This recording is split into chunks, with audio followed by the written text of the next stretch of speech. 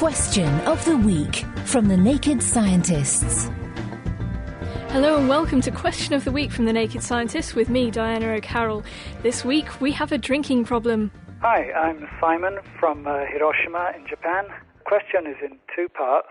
If I'm walking through the desert and I'm slowly becoming dehydrated and I come across a case of wine, obviously with screw caps, and start drinking it, will it accelerate my dehydration or will it enable me to survive?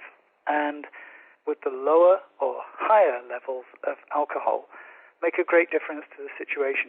Secondly, if the alcohol in wine is potentially harmful to me in a dehydrated state, could I pour it into a bowl and let the alcohol evaporate?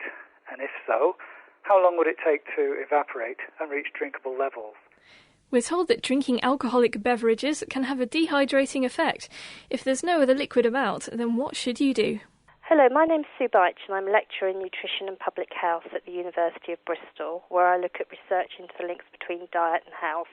I'm very interested in the question, if you were lost in the desert and you came across some wine in screw cap bottles, would it be better to drink it or would it make you more dehydrated? Presumably by then you'd actually be pretty thirsty, so your drive would be to try and drink whatever you could, but actually that would be the wrong thing to do. Any alcoholic drink over about 10% alcohol strength will actually be a net dehydrator, which means it will cause you to pass out more water in your urine than it actually gives you. So, for example, for a 125 ml glass of wine, you'd actually end up passing out 150 mils of fluid, so it would be a net loss of about 25 mils of fluid. So it definitely wouldn't be a good thing to do to drink that. With beer, if you're drinking full-strength beer, 5% alcohol, you'll lose about half the water, but the other half will contribute to your daily water intake. So any drink containing more than 10% alcohol will make you more shriveled and dried out, so it's better not to drink it. That means the only type of wine you should be drinking in the desert is the really cheap stuff that comes in a plastic bottle. But alcohol does evaporate quite quickly, so there may be a way of reducing the percentage. Okay, well, my name's Neil McFarlane. I'm a senior lecturer in the Faculty of Biomedical Life Sciences at Glasgow University. Now, the common belief that taking alcohol will lead to dehydration is pretty well supported in the scientific research. The reason for this dehydration effect is that when the blood alcohol level rises, it stops the release of a hormone called antidiuretic hormone. And as the name suggests, this hormone normally prevents urine production, so when you lower its levels, that leads to an increase in the amount of urine you produce, and consequently you can get dehydrated. However, the exact amount of alcohol that causes increased urine production can vary from person to person, but it's safe to say that if you drink a lot, that will always cause a problem. But by being a scientist, I know that there's actually some use and some value in that wine we've found. I know that alcohols are more volatile than water, and that ethanol boils at only 78 degrees C compared to 100 degrees C for water. So perhaps there's some salvation there. I could open the bottle of wine in the shade, even in the shade from my own body, and I should be able to remove the alcohol from the wine by letting it evaporate. If you're into cooking and you pour some wine into a frying pan, then the alcohol disappears almost instantaneously.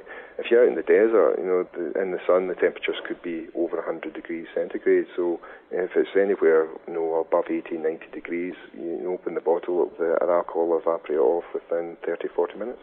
This would leave a liquid to hydrate and provide energy for myself. And given that situation, perhaps I could tempt myself to have a few glugs of the bottle just when it opens, just to get a party going. There we go then. If you're partying in the desert, you might want to drink up quickly. Here's another tough environment where we'll be needing some survival techniques for next week. Hi, this is Paul calling in from Hong Kong.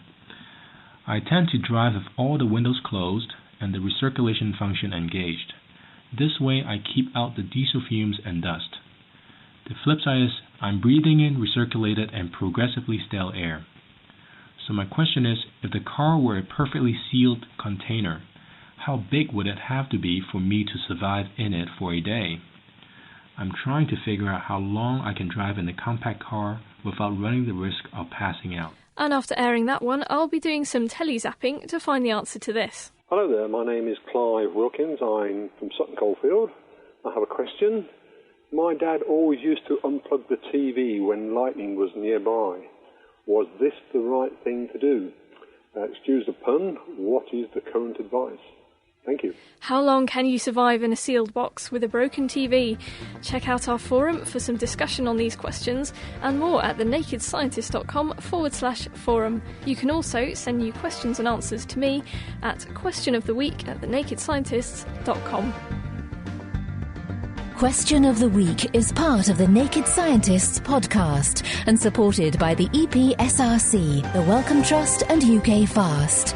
Look us up online at nakedscientists.com.